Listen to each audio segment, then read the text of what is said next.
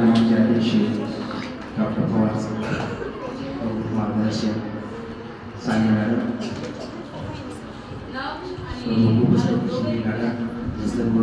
सहकारी राष्ट्रपिता महात्मा गांधी आणि लाल बहादूर शास्त्री यांच्या जयंतीच्या कोटी शुभेच्छा देतो आणि त्यांना अभिवादन करतो। आजच्या महात्मा गांधी जयंतीनिमित्त बरेच विद्यार्थ्यांना छानपैकी आपले विचार मांडले आणि या विचाराच्या माध्यमातून बऱ्याच विद्यार्थ्यांनी आज सहभाग नोंदवलेला मला पाहायला मिळाला। जास्तीत जास्त विद्यार्थ्यांनी सहभाग नोंदवावा असं माझी अपेक्षा होती। मी विद्यार्थ्यांना परावर्तन सुद्धा केलं होतं, पण इथून पुढे प्रत्येक कार्यक्रमांमध्ये आपण सहभाग नोंदवावा। बऱ्याच विद्यार्थ्यांनी लाल बहादूर शास्त्री याविषयी काही बोललं नाही, पण मॅडमनं चांगलं मार्गदर्शन केलं। महात्मा गांधी याविषयी बऱ्याच विद्यार्थ्यांनी छानपैकी विचार मांडण्याचा प्रयत्न केला। असंच आणखी विचार डीपमध्ये मांडण्याचा प्रयत्न 7वीच्या विद्यार्थ्यांना मांडला पाहिजे। दुसरी आणि तिसरीच्या विद्यार्थी जास्त प्रमाणात होते। प्रत्येक वेळेस मला सांगायची अशी गरज लागली असं मला वाटतं। आज इथं कार्यक्रमाला अध्यक्ष साहेबांनी मला 2 शब्द सांगण्यासाठी संधी दिली, त्यावर मी त्यांचे आभार मानतो। महात्मा गांधींनी स्वातंत्र्य हे आपल्याला मिळवून दिलं। टिळकांनी आपल्याला गणपती बाप्पा डोक्यावर घेऊन एकत्र येण्यासाठी आपण एकत्र झालो, इंग्रजांची लढलो आणि स्वातंत्र्य मिळालं। पण हे स्वातंत्र्य आपण कितपत आपण काबूत आहे थोडा आपली शहानिशा करणं आवश्यक आहे। आज स्त्रीचं स्वातंत्र्य हे कितपत आहे, आज विद्यार्थ्यांची दयनीय अवस्था काय झाली, आज जे संस्कार आई वडील आपल्या मुलांना बाळांना देतात ते कितपत योग्य आहे आणि आपण विद्यार्थ्यांना कशा प्रकारचे संस्कार देणं आवश्यक आहे याची थोडी शहानिशा करावी असं मला वाटतं। खरं पाहिलं तर आज आपण त्याचा इतिहास पाहतो, पण मागे ज्यांनी शहीदांनी जे बलिदान केले त्याविषयी आपण त्याचं गुणगान कधी काय केलं, पण त्यांच्या जीवनाची अवस्था, त्यांच्या घरादारांची, त्यांच्या मुलाबाळांची कधी विचार केला? देशासाठी लढले, देशासाठी जगले। मग आपण देशासाठी काय केलं? आपण या देशाचे नागरिक आहोत, या देशाचे नागरिक आहोत खरं आहे, पण आपण कितपत या देशासाठी कार्य केले? आपण कुठं जर कागद बला किंवा पानं पडले तर आपण पायाने सुद्धा लोटत नाही, तसंच पुढे निघून जातो। कुठं घाण झाली तर त्याच्यावर चालत जातो। गांधीजीने आपल्याला सांगितलं की स्वच्छ भारत पाहिजे मला। स्वच्छ भारत ही तुमच्या लहान मुलापासूनच पाहिजे। काय मला एवढंच सांगायचं आहे की आपल्याला जी स्वातंत्र्य मिळाले ही जातीपातीने नाही। आज कुठेही पाहिलं आपल्याला जातपात नाही, ही जातपात झाली कुठून? धर्म, सत्याने चालणारा धर्म हा म्हणजे हिंदू धर्म होता, तो हिंदी राष्ट्र होता, तो हिंदुस्थान होता। आज हा प्रत्येक याच्यामध्ये जात दिसायला लागलेली आपल्याला। प्रत्येकाचा हा झेंडा पाहायला मिळायला लागला, हिरवा भगवा निळा झेंडा प्रत्येका ठिकाणी दिसायला लागला, व तो तिरंगा झेंडा सर्वांनी मिळून उभा केला। याचं महत्त्व थोडं सर्वांनी पाहायला पाहिजे। जो धर्म आपण करतो तो न्यायाचा धर्म आहे, म्हणजे स्वातंत्र्य आपल्याला मिळाले ते आपण कितपत आपल्याला मिळाले आणि त्याचं आपण लोकशाही पद्धतीने कितपत आपण योग्य आहोत हे सुद्धा आपण पाहणं आवश्यक आहे। म्हणून जास्त प्रमाणामध्ये राष्ट्रपिता महात्मा गांधींनी आपल्याला नुसत्या सत्याच्या, अहिंसा आणि सहिष्णुता, कायदेभंग चळवळ, सैन्य कायदेभंग, भारत छोडो आंदोलन, विकासा सत्याग्रह हे वेगवेगळ्या प्रकारचे आंदोलन त्यांनी केले, जेलमध्ये गेले, पण त्यांना एकच पाहिजे होती की स्वातंत्र्य, आणि हे स्वातंत्र्य मिळवून त्यांनी दिलं। पण हे स्वातंत्र्य मिळवून दिलं, पण हे स्वातंत्र्य मिळवून आपल्या आज माणूस स्वतंत्र आहे का हा थोडा प्रश्न आपण स्वतःला थोडं विचारावं।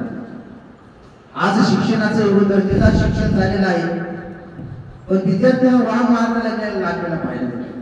प्रत्येक विद्यार्थी, माझं म्हणणं असं नाही का मोबाईल वापरतात आपण वापरा, पण त्याचे काही नियम आहेत। आज आपल्याला कपडा, मकान और घर हे महत्वाचं होतं, पण आज आपल्याकडे बॅलन्स जर संपलं तर जास्तीत जास्त आपण 10 ते 15 मिनिट थांबतो, पण 20व्या मिनिटाला आपल्याला बॅलन्स पाहिजे, डाटा पाहिजे त्याचा. जमतच नाही आपल्याला. इकडं वडील मोबाईल पाहू लागलेली, इकडं आई मोबाईल पाहू लागलेली, मुलं मोबाईल पाहू लागले. काय आता शिकायचं आपण, काय आपल्याला आज इंडिया महासत्ता बनवायचा. मुलांना दूर आवश्यक. आपण जसं आपूची गोळी घेतो तसा मोबाईल हा मुलांच्या विद्यार्थ्याच्या हातामध्ये देतो. आणि ज्यावेळेस आपण तो मोबाईल त्या विद्यार्थ्याच्या हातातून घेतो म्हणजे ती आयुष्यामधून त्याच्या तोंडावर काढतो. म्हणजे इतकी वाईट परिस्थिती या मुलांना आपण लावलेली आहे. मला पालकाला एवढं सांगायचं असं वाटतंय की मोबाईल पासून विद्यार्थ्याला दूर ठेवा. एवढं मोठं 10वी 12ला जर त्याचा अभ्यास असेल तर तेवढा पुरता त्याचा वेळ आहे. तो मुलगा काय पाहतो, काय करतो, एवढं स्वातंत्र्य देणं. आपण आपल्याला एवढं सांगितलं आहे की स्वातंत्र्य मिळवून दिलंय, पण ते कशा पद्धतीने घ्यायचं, कशा पद्धतीने वागायचं हे तुम्ही ठरवा. मग आपण किती कशा पद्धतीने वागतो, स्त्रीचे स्वातंत्र्य कसं आहे, पुरुषाचे स्वातंत्र्य कसं आहे, घरातील आई वडील कसे आहेत, आजोबा आजी कसे आहेत, जो आधी सलोखा होता तो सलोखा आपल्याला आज पाहायला मिळत नाही. म्हणून मला एवढं सांगणं आहे की जी समता होती, विश्वबंधुत्व होती, ती सर्वांनी मिळून जे स्वातंत्र्य मिळवलं तसं प्रत्येक घरोघरी एकमेकांविषयी आपुलकी आणि प्रेम असायला हवं असं मला वाटतं. आज आपल्या घराघरामध्ये माझा मुलगा हुशार, तुझा मुलाला काही येत नाही, ही भावना नको आहे मला. द्वेषाची भावना नको आहे मला. एवढा महासत्ता बनला, देश आहे, मग कशापासून बनला, आपण सर्वांनी एकनिष्ठ झाल्यामुळे बनला. मग आपल्याला एवढं सांगा असं वाटतं की कैद्याच्या जीवनरेषी असे थोडं तुम्हाला 2 मिनिटाची एक असं गीत आहे ते थोडं तुम्हाला म्हणून दाखवणार आहे. माझी काय अशी इच्छा नव्हती, पण भावासाहेब म्हणजे की त्या दिवशी बोललं नाही वगैरे काही नाही, आपण भरपूर बोलणार होतो शिक्षकाविषयी. पण थोडं आता 2 मिनिटाचं तुम्हाला मी एक गीत सादर करणार आहे. कैदी आणि त्याचं जीवन काय आणि त्याची आठवण काय तुरुंगापासून अशा ह्याच्यावर गीत आहे. आणि तो देशाला स्वातंत्र्य मिळवून देण्यासाठी त्याला म्हणजे घरची काय आठवण असं थोडं गीत आहे. याच्या 2 वळी मोहम्मदाजी साहेब म्हणलेले आहेत आणि 2 वळी पंकजउल्ला साहेब म्हणलेले आहेत. मी तसा मांडण्याचा प्रयत्न करीन आणि तुम्ही मला प्रतिसाद द्याल अशी मी अपेक्षा करतो.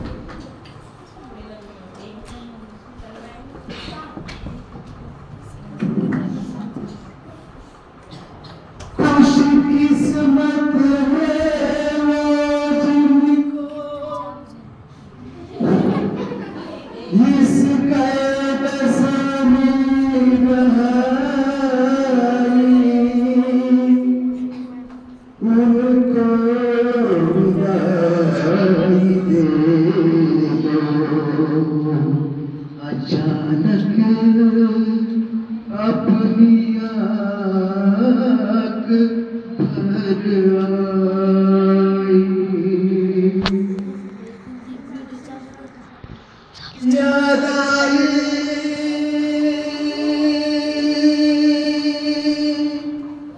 याद आई भूली वो कहानी याद आई याद आई याद आई